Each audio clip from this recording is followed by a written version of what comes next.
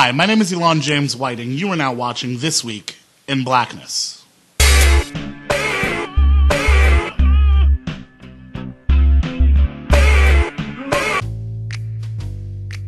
What is going on, folks? We are back. Episode 6, Season 3 of This Week in Blackness. Yes. And now we have sponsorship.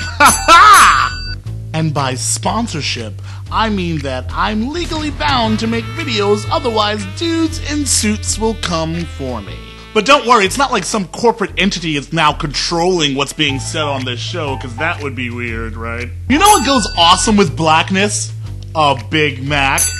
Ba-da-ba-ba-ba. I'm loving it. But that's not going to happen, okay? Giant Life actually told me I could say anything I needed on this show, okay? For instance, telling certain people to go fuck themselves. It's cool. I can still do it.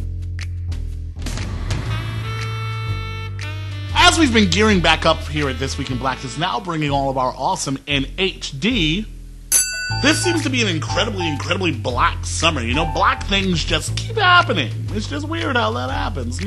We had Jesse Jackson saying that LeBron James was being treated like a runaway slave. At this point, Jesse Jackson's just like black people's crazy uncle. You know, he just like says shit and you're just not prepared for it. You're like, oh crap. Is Uncle Jesse drinking? Fuck. You guys stop letting Uncle Jesse get into the liquor. He keeps having flashbacks. We had the Oscar Grant verdict. You know what makes me feel really American? Knowing that as a black man, someone could shoot me in the back and completely get away with it. Haha!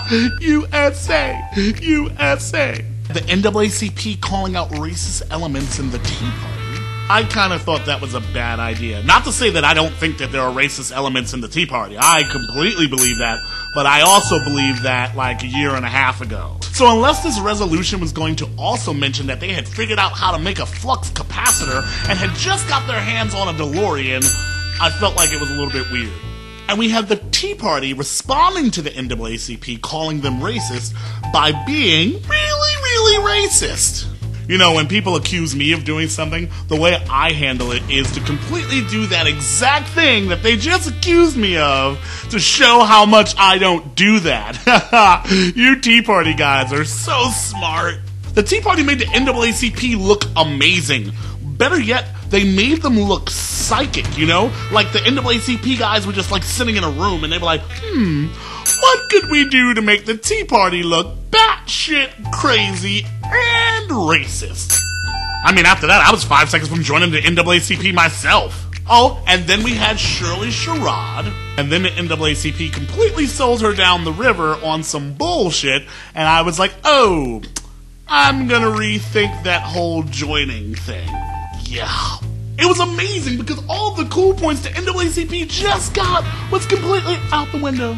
I mean, okay, listen, I get it. You had just called the Tea Party out for being racist a week before, and so now you thought you had like this thing in your own backyard, so you got terrified. You got batshit crazy yourself and scared. Yeah, you too, White House. And then you had to jump, you know, and say, hey, we're equal opportunity finger waggers. You know what I mean? Is this how it's gonna be from now on? You know, like if you see someone doing some dumb shit over there and you call them on it, now you're gonna be nervous and you're gonna have to do dumb shit like call out your own folks?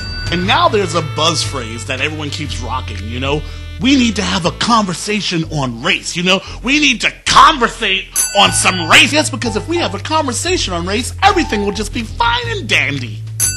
I'm not saying that we shouldn't acknowledge race way more than we do, but do you think this supposed national conversation on race is going to solve all this? Have you not had a conversation with an idiot before?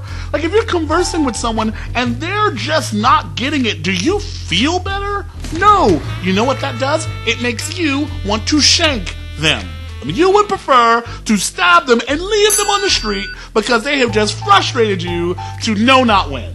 And I'm not saying we shouldn't talk. We should talk. That's definitely part of it. But on the road to racial enlightenment that this country wants to go on so badly, supposedly, what we have to do is stop tolerating the bullshit. If you see bullshit, call bullshit, okay? Don't wait 18 months to call bullshit, okay? Don't co-sign on your anchors on your news network or your writers on your paper or your blog or any website like that just saying outlandish shit. If you want to have an actual conversation on race, call out all the nonsense. There's a time to talk, and then there's a time to shut shit down, okay?